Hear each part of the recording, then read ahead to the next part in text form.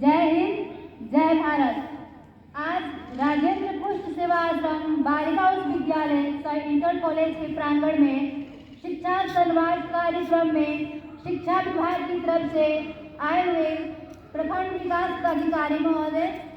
मैरवा, प्रखंड शिक्षा पदाधिकारी महोदय मैरवा, जिला महाप्रबंधक उद्योग विभाग सिवान की तरफ से आए हुए आप सभी पदाधिकारीगण महोदय को मेरा सादर प्रणाम और विद्यालय के प्रधानाचार्य महोदय को मेरा सादर प्रणाम और उपस्थित आप सभी शिक्षकगण महोदय और आप सभी अभिभावकगण महोदय और विद्यालय परिवार की आप सभी छात्राओं को मेरा सादर प्रणाम, नमस्कार। मैं नंदिनी कुमारी राजेंद्र पुष्ट सेवा आश्रम बालिका उच्च विद्यालय सर इंटर कॉलेज की 11वीं की छात्रा हूँ। आज शिक्षा संवाद कार्यक्रम में उपस्थित आप सभी महानुभावगण का अपना बहुमूल्य समय देने के लिए हार्दिक दिल से अभिनंदन वंदन करती हूँ और शिक्षा संवाद कार्यक्रम में मुझे भी अपनी बातों को आप सभी के समक्ष रखने का मौका मिला है, इसके लिए मैं आप सभी को हार्दिक धन्यवाद देती हूँ। मैं अपनी बातों की शुरुआत चंद पंक्तियों के साथ करूँगी। शिक्षा वो दरवाजा है जिसे खोलकर हम अपनी तरक्की के सारे रास्तों को खोल सकते हैं, शिक्षा का महत्व हमारे जीवन में हमेशा रहा है और रहेगा। शिक्षा संवाद कार्यक्रम के तहत ये कार्यक्रम इसलिए किया जा रहा है जिससे कि हम शिक्षा के प्रति जागरूक हो सके और जागरूक होकर समाज को भी जागरूक कर सके। स्वामी विवेकानंद जी ने कहा था, हमें ऐसी शिक्षा की जरूरत है जिससे हमारे चरित्र का निर्माण हो, हमारे मन की शक्ति बढ़े, हमारे बुद्धि का विकास हो और हम अपने पैरों पर खड़ा हो सके। शिक्षा का महत्व सिर्फ नौकरी पाना नहीं है, शिक्षा का महत्व तब सार्थक होगा जब हम शिक्षित होकर समाज को शिक्षित कर सके और समाज से अनेक प्रकार की कुरीतियों, रूढ़िवादी परंपरा, भ्रष्टाचार इत्यादि का नाश कर सके, समाज से इनका खत्म कर सके और समाज को पूर्ण निर्माण कर सके, जिससे हमारे समाज का, हमारे राज्य का, हमारे देश का दुनिया में मिसाल बन जाए। शिक्षा संवाद कार्यक्रम के तहत माननीय मुख्यमंत्री महोदय द्वारा जो कार्यक्रम किया जा रहा है, छात्र छात्राओं के लिए जो स्कीम चलाई जा रही है अनेक प्रकार की हैं, जैसे मुख्यमंत्री साइकिल योजना, मुख्यमंत्री बालक बालिका प्रोत्साहन योजना, मुख्यमंत्री कन्या उत्थान योजना, इन सब के द्वारा हम सब बच्चों को जागरूक किया जा रहा है जिससे हम सभी शिक्षित हो, शिक्षा हासिल करें।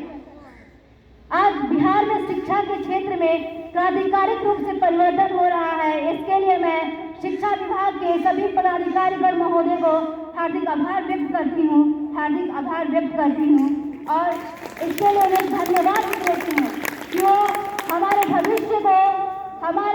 को उज्जवल बनाने के लिए सुयोग्य, शिक्षित, कर्मठ, संघर्षशील, ईमानदार शिक्षकों की नियुक्ति विद्यालय में कर रहे हैं, जिससे कि वो हमें बेहतर से बेहतर शिक्षा दे सके और हमारा ये कर्तव्य, ये दायित्व बनता है कि हम भी बेहतर से बेहतर शिक्षा हासिल कर सके और ये शिक्षा सिर्फ अपने पास ना रखे, इस शिक्षा को समाज में भी फैलाए, जिससे कि समग्र समाज का विकास हो, पूर्ण निर्माण हो। आज बिहार की शिक्षा में लड़कियों के आज भी बहुत ही कम निम्न स्तर है, उनका लिटरेचर रेट बहुत ही निम्नतर है, जो कि बहुत ही निंदनीय है, क्योंकि कभी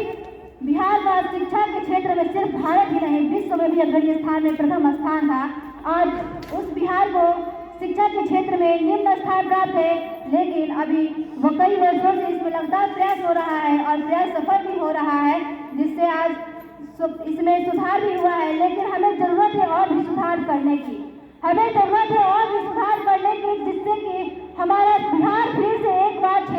शिक्षा के क्षेत्र में अग्रणी स्थान पर आ सके और शिक्षा के क्षेत्र में अग्रणी स्थान पर आ सके। आज लड़कियों की स्थिति भी सुधरी जा रही है, वो विद्यालय नियमित रूप से आ रही हैं, लेकिन जब लड़कियां घर से बाहर निकलती है शिक्षा हासिल करने को लेकर, तो समाज में कुछ लोग ऐसे होते हैं जो कि उनका हौसला बढ़ाते हैं, लेकिन कुछ लोग ऐसे होते हैं जो तरह तरह के व्यंग मारते हैं। तो मैं उन लोगों के प्रति और लड़कियों को जागरूक, उन्हें आत्मनिर्भर बनने के प्रति कहना चाहूंगी कि अगर उनको आगे बढ़ना है, अपना विचार बनाना है, अपने नाम रोशन करना है, तो उन्हें दूसरों की नहीं सुननी होगी, खुद की सुननी होगी, जिससे कि वो अपने मुकाम को हासिल कर सके। और मैं चंद पंक्तियां ये भी कहना चाहूंगी, दिल को बहलाने का सम्मान न समझा जाए, हमें भी अब इतना आसान न समझा जाए। दिल को बहलाने का सम्मान न समझा जाए, हमें भी अब इतना आसान न समझा जाए। हम भी बेटों की तरह जीने का हक मांगती हैं, हम भी बेटों की तरह जीने का हक मांगती हैं। इसे गद्दारी का ऐलान न समझा जाए, इसे गद्दारी का ऐलान न समझा जाए, क्योंकि अब तो बेटे भी हो जाते हैं घर से रुखसत, सिर्फ बेटी को ही घर का मेहमान न समझा जाए, सिर्फ बेटी को ही घर का मेहमान न समझा जाए। आज शिक्षा के क्षेत्र में जो परिवर्तन क्रांतिकारी रूप से हो रहा है, उसके लिए मैं शिक्षा विभाग के सभी पदाधिकारीगण महोदय को आभार व्यक्त करती हूँ और आप सभी से भी प्रार्थना करती हूँ कि आप सभी भी बेहतर से बेहतर शिक्षा हासिल करें और समाज को शिक्षित करें। और उपस्थित